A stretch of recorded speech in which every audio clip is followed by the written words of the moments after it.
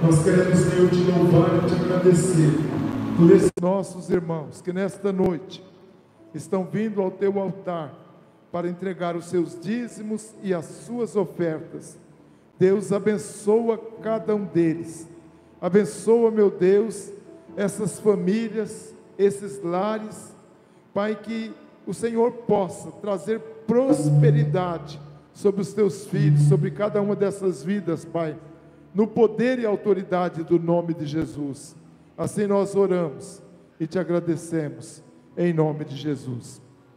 Quero que você abra a sua Bíblia no Evangelho de João, no capítulo 11, versículos 39 a 44.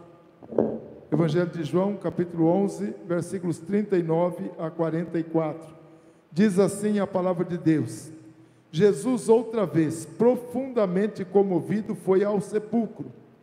E era uma gruta com uma pedra colocada à entrada. Tirem a pedra, disse ele. Disse Marta, irmã do defunto: Senhor, já cheira mal, pois faz 4 dias. Disse-lhe Jesus: não te falei que se você cresce, veria a glória de Deus? Então tiraram a pedra. Jesus olhou para cima e disse: Pai, eu te agradeço porque me ouviste. Eu sabia que sempre tu me ouves, mas disse isso por causa do povo que está aqui, para que creia que tu me enviaste. Depois de dizer isso, Jesus bradou em alta voz: Lázaro, vem para fora.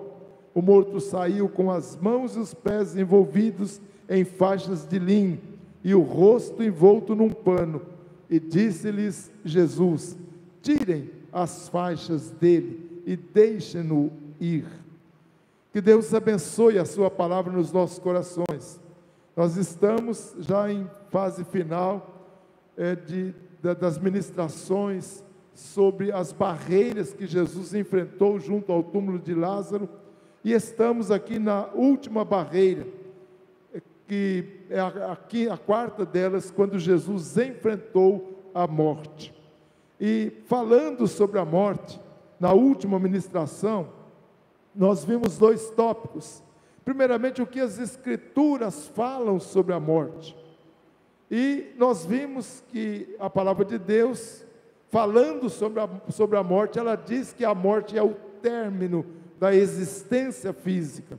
Naquele texto de Eclesiastes 12, 7, fala que o pó volte à terra e o espírito volte para Deus. Então ali nós temos a ideia de que a morte é o término da existência física.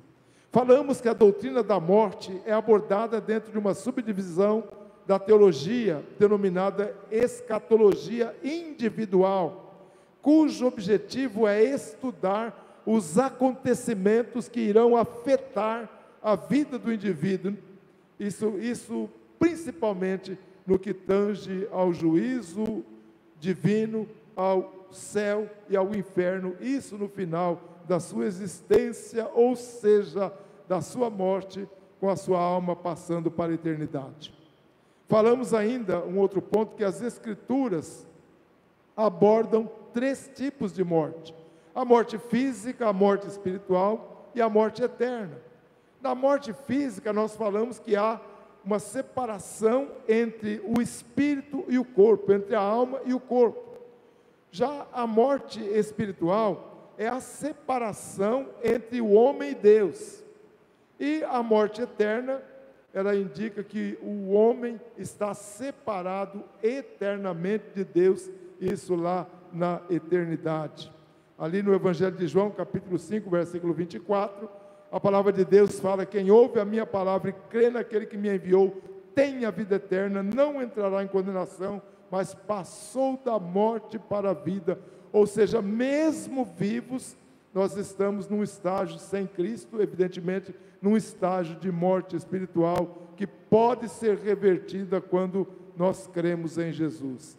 E a morte eterna é um pouco diferente desse tipo de morte, é o destino pós-morte daquele que não creu na obra expiatória de Jesus. Ali em Apocalipse 20, 15, fala que se o nome de alguém não foi encontrado no livro da vida, este tal foi lançado no lago de fogo e enxofre, e um outro texto que fala que é a segunda morte. Ou seja, a morte eterna, essa que é a mais preocupante, porque para essa não tem mais recurso, não é? A morte eterna é a separação permanente da presença de Deus. Ali em 2 Tessalonicenses, capítulo 1, versículo 9, fala desse tipo de separação, quando diz o seguinte, que ele, Jesus, né, punirá os que não conhecem a Deus e os que não obedecem ao Evangelho de nosso Senhor Jesus Cristo. Eles sofrerão a pena da destruição eterna, a separação da presença do Senhor e da majestade do seu poder. Então essa é a morte que nós precisamos temer, porque como disse, não há mais recurso aqui, porque já passamos para o outro lado e o nosso destino estará completamente selado. Hoje eu quero ver pelo menos mais duas implicações acerca da morte. Em terceiro lugar, quero falar um pouco sobre a origem da morte nas Escrituras. Irmãos, a Bíblia não nos deixa qualquer dúvida de que a origem da morte está relacionada com o pecado.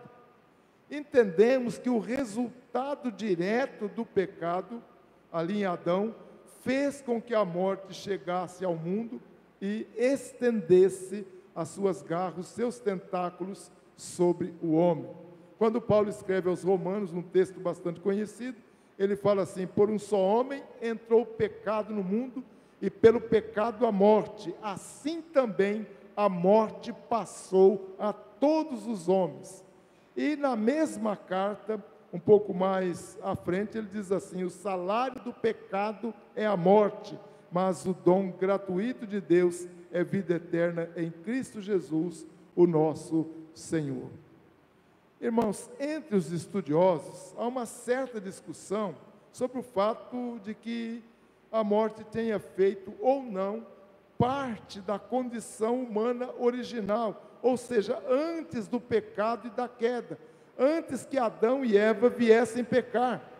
A questão teológica levantada por essa corrente, ela pergunta o seguinte: Adão e Eva, ao serem criados, eram mortais ou imortais?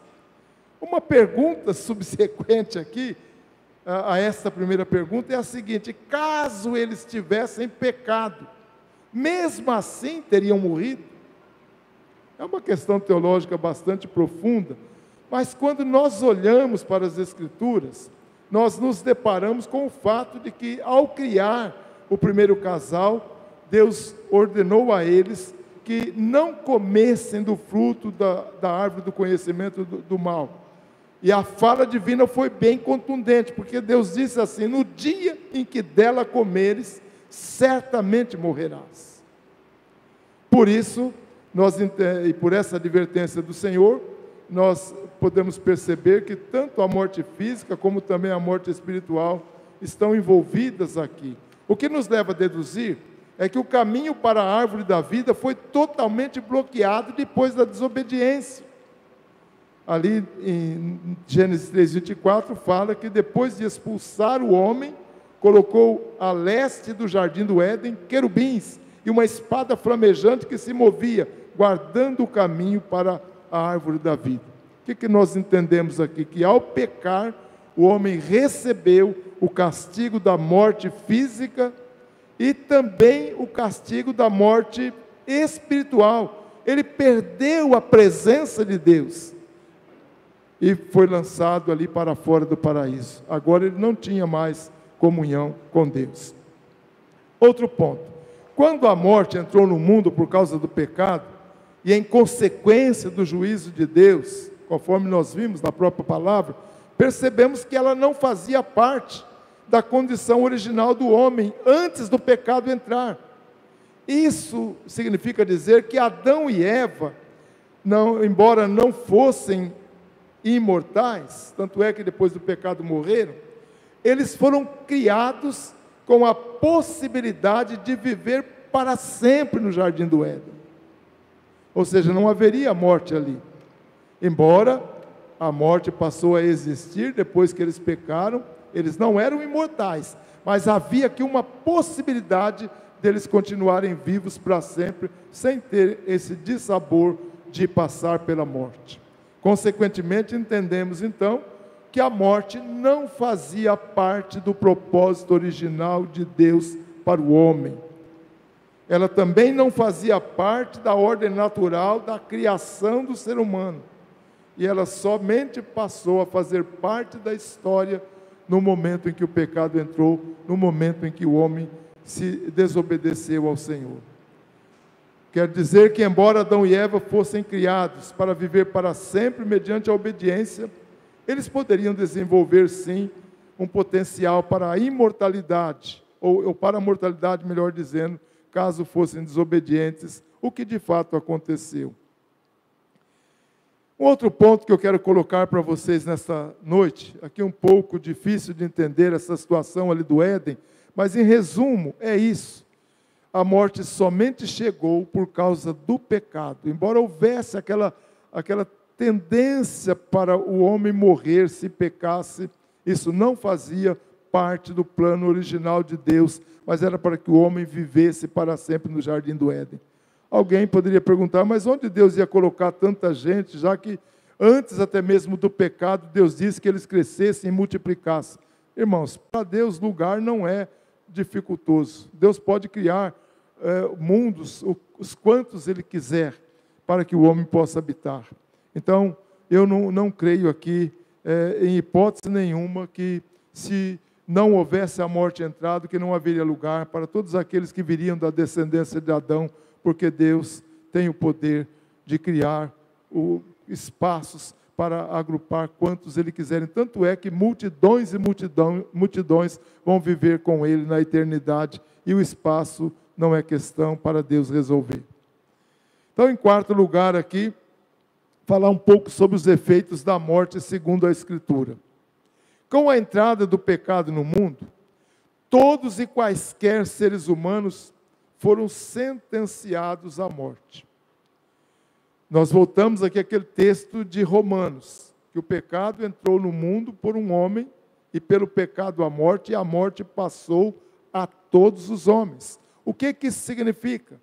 Que na desobediência do Éden, todos nós recebemos o DNA de Adão. Todos nos tornamos pecadores e caminhamos para a morte. Na realidade, a morte se constitui uma transição do presente mundo para o mundo espiritual, para o mundo futuro. Contudo, o tipo de vida após a morte não é semelhante para todos. Há uma diferença aqui. Na verdade, a vida futura, ela é essencialmente diferente de uns para com outros. Por exemplo, para o descrente, a morte, ela é um tipo de maldição, um tipo de penalidade. Nós encontramos isso na parábola do rico e Lázaro, quando o rico morreu. Veja o que a palavra de Deus diz sobre a morte desse homem. O rico morreu e foi sepultado.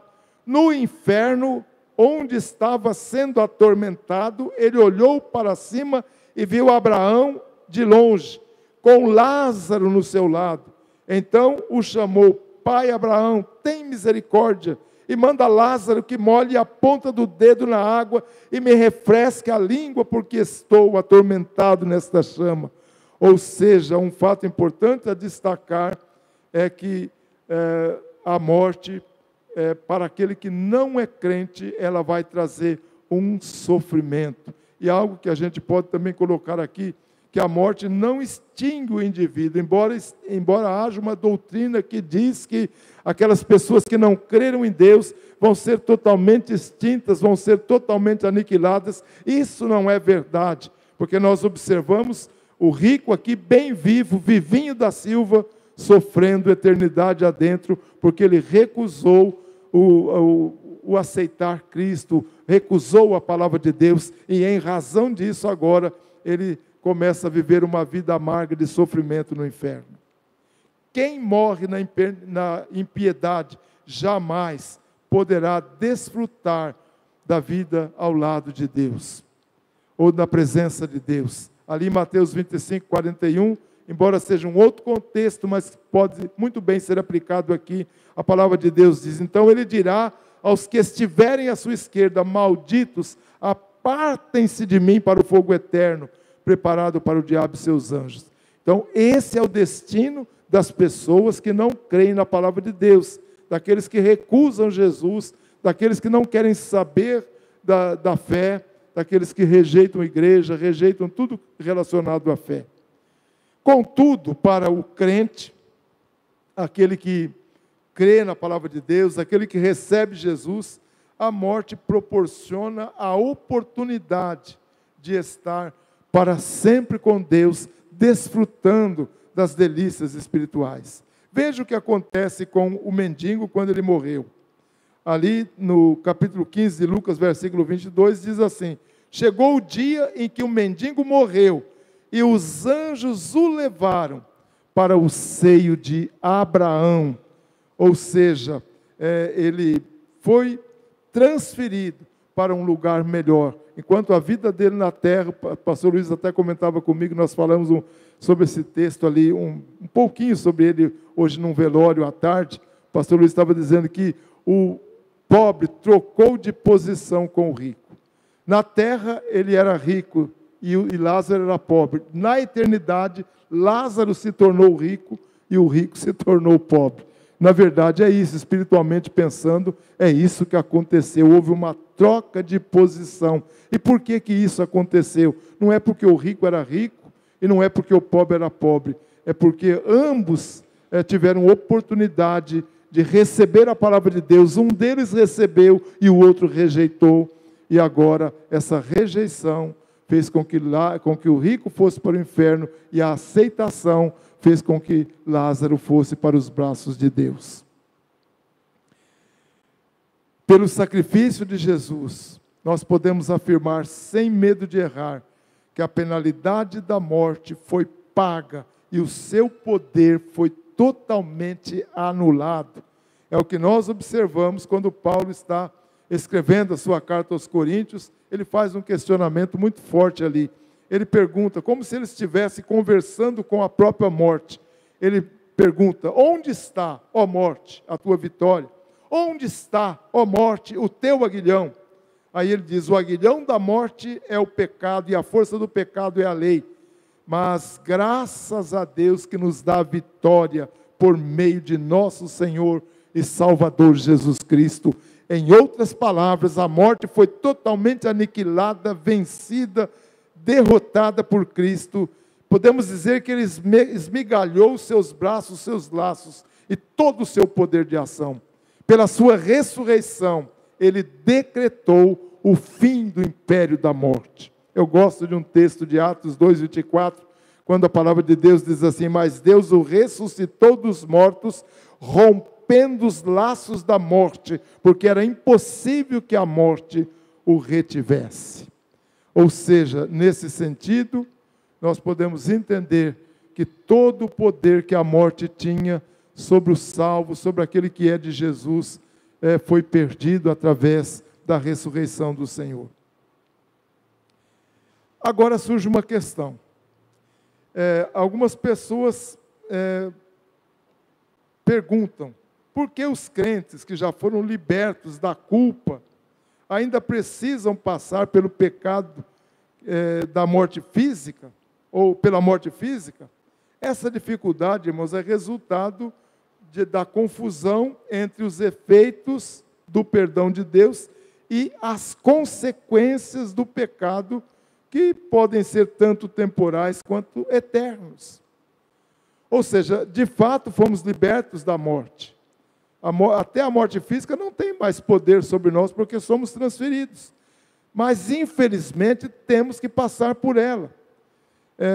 Um exemplo que a gente poderia citar aqui de como isso funciona, quando uma pessoa comete um crime, ela pode ser perdoada por Deus, em razão de seu pecado, mas ainda assim ela vai precisar lidar com as consequências legais de seus atos.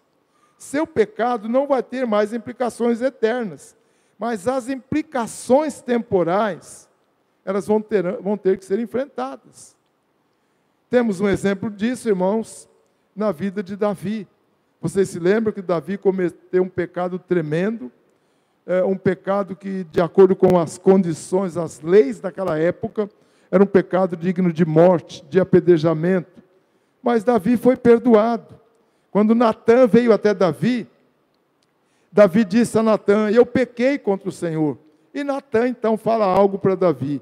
Ele diz assim: o Senhor perdoou o teu pecado, você não morrerá.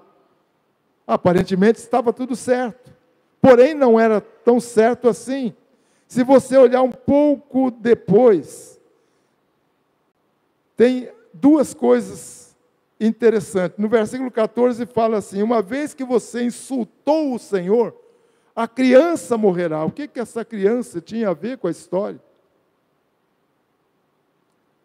Mas era consequência do pecado. E um pouco antes, veja o que Natã disse a Davi: por isso a espada nunca se apartará da sua casa, pois você me desprezou e tomou a mulher de Urias o Hitita para ser sua mulher. Ou seja, ele teve o seu pecado perdoado, mas a criança, fruto do pecado, morreu. A espada de Deus jamais se apartou da sua casa, ou seja, a sua alma foi restaurada, mas as consequências do seu pecado ficaram. Irmãos, todo aquele que crê em Jesus tem os seus pecados perdoados. Embora nós possamos viver algumas consequências do nosso pecado, eu poderia usar um exemplo interessante aqui. Suponhamos que uma pessoa que levava uma vida devassa no pecado, contraiu AIDS ou uma doença que não tem cura, ela se converte. A sua alma foi restaurada, mas aquela enfermidade vai ficar naquele corpo para o resto da vida, a não ser que Deus cure, ou que surja algum medicamento que possa trazer a cura. Ou seja, ela foi restaurada, mas fisicamente, as consequências daquele pecado que ela fez, vai perdurar, vai ser para sempre, até que aconteça a morte. Então, o que eu quero dizer para você nessa noite: morte não é brincadeira, né? E tanto é que eu reservei dentro das nossas ministrações aqui esse espaço para estar falando um pouco sobre a morte, porque a morte ela vai chegar para cada um de nós.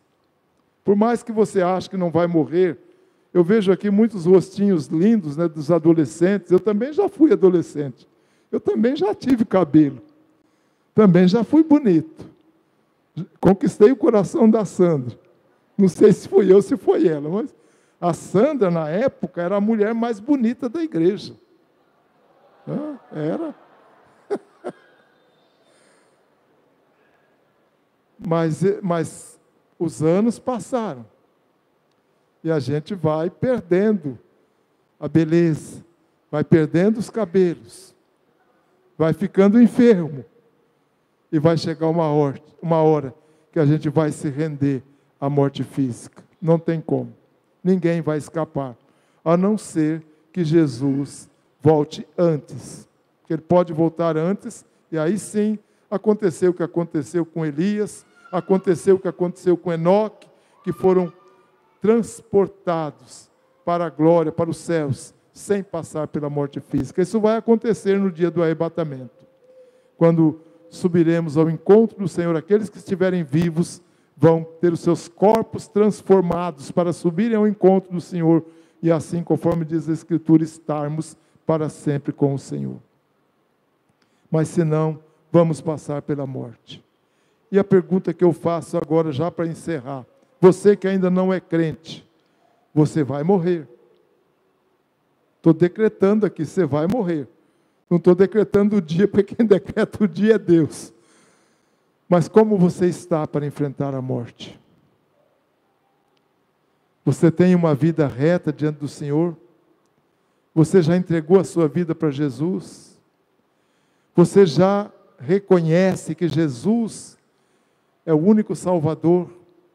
É aquele que pode ser a tua salvação, a tua passagem para a eternidade, para junto de Deus? Deus amou o mundo de tal maneira que deu o seu Filho unigênito para que todo aquele que nele crê não pereça, mas tenha a vida eterna. Creia nessa verdade. E assim você, ao morrer, vai para junto dos braços de Deus, assim como Lázaro teve alguma comissão de anjos para levá-lo para a presença de Deus. Essa comissão de anjos também vai te levar à presença do Pai, quando você vai estar para sempre junto de Deus. Que Deus te abençoe. Pastor Marquinhos vai estar orando. Vamos nos colocar de pé. Romanos capítulo 10 e verso 9 diz assim: se você com a sua boca confessar a Jesus como Senhor, e se em teu coração crer que Deus o ressuscitou dos mortos, você será salvo. Feche os seus olhos, abaixe a sua cabeça, e se você que está aqui crê que não está salvo, mas quer a salvação, como foi dito agora, você deve então dizer para Jesus: Jesus, eu reconheço que eu sou pecador, e sem o Senhor eu não tenho salvação, mas neste momento eu me entrego totalmente, e te recebo no meu coração, como meu Senhor e meu Salvador. Eu creio que o Senhor ressuscitou dos mortos, e venceu a morte, venceu o pecado, venceu o inferno, venceu o diabo, para me dar salvação. Diga: pela fé eu recebo a salvação em Cristo Jesus. E se você que está aqui, que está desviado dos caminhos do Senhor, você já andou na presença, você já esteve até firme, de repente por algum motivo você se desviou, você foi para o mundo, para pecados, enfim, o Senhor ainda tem plano para a sua vida, tem planos. Entregue-se novamente a Jesus, pedindo perdão por esses pecados e pedindo: Senhor, eu quero hoje me reconciliar com o Senhor. Perdoa todos os pecados que eu cometi, perdoa por eu ter me desviado do teu caminho, mas hoje eu volto para o Senhor. Me resgata e me perdoa, e me ajuda a viver na tua presença. Amém? Vou orar pela sua vida neste momento. Amado Deus e amado Senhor, estamos aqui na tua casa, na tua presença, e nós te adoramos porque tu és fiel, e tu és maravilhoso e verdadeiro. Meu Deus, muito em breve, o Senhor virá em glória e buscará a sua igreja. Daqui a pouco tempo, a igreja não estará mais sobre a face da terra, porque o Senhor levará o teu povo para morar junto contigo. E ó Pai, aqueles que neste momento fizeram esta oração de entregar suas vidas a Jesus como seu Senhor e seu Salvador, eu te peço, confirma estas orações, estas palavras diante do Senhor, e escreve, Pai, estes nomes no livro da vida, e que o teu Espírito, Senhor, esteja selando cada uma destas vidas, habitando em cada um destes corações, e que ela possa caminhar a partir de agora na presença do Senhor, buscando a tua presença e a tua face, buscando a tua palavra. E aqueles que se reconciliaram contigo, que se encontravam desviados, eu peço, resgata-os nesta noite, liberta das amarras deste mundo, das amarras do pecado e do diabo, e que eles possam ter uma experiência profunda com o Senhor, para continuarem a caminhada na presença do Senhor. Pai, a tua igreja fortalece, a tua igreja a cada dia dá ânimo, dá desejo de estar na tua presença e de falar da verdade, falar do evangelho, das boas novas do céu, para aqueles que estão perdidos, ó Pai querido. Levanta um povo que olha para o alto e que se coloca à tua disposição, e abençoa as mãos dos teus filhos e das tuas filhas com uma unção de poder e autoridade, quando levantarem as mãos em qualquer ambiente e clamarem clamarem ao Senhor, os demônios que ali estiverem vão ter que cair por terra e bater em retirada, porque um homem e uma mulher de Deus, cheio do Espírito Santo, estará ali operando e adorando ao Senhor, e determinando que o mal saia, em nome de Jesus, e vidas vão se render a Jesus, vão se render aos pés do Senhor, e serão salvas e libertas, no poder do nome de Jesus. Obrigado, Jesus, por mais esse dia, mais esse culto, pela Tua palavra, assim nós oramos, em nome de Jesus. E o povo de Deus diz, amém. Tem um louvor ainda? Então a equipe de louvor pode vir.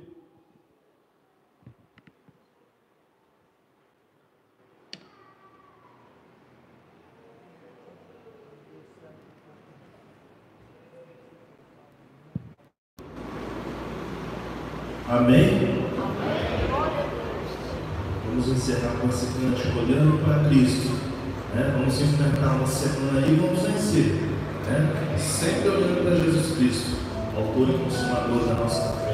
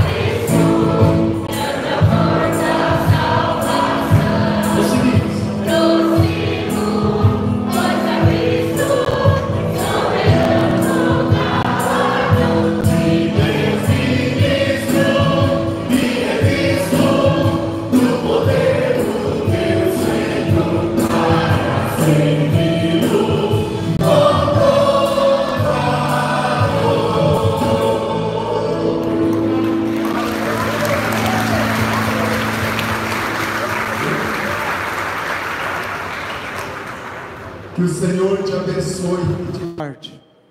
O Senhor faça resplandecer o rosto sobre ti e tenha misericórdia de ti. O Senhor sobre ti levante o rosto e te dê a paz. Amém.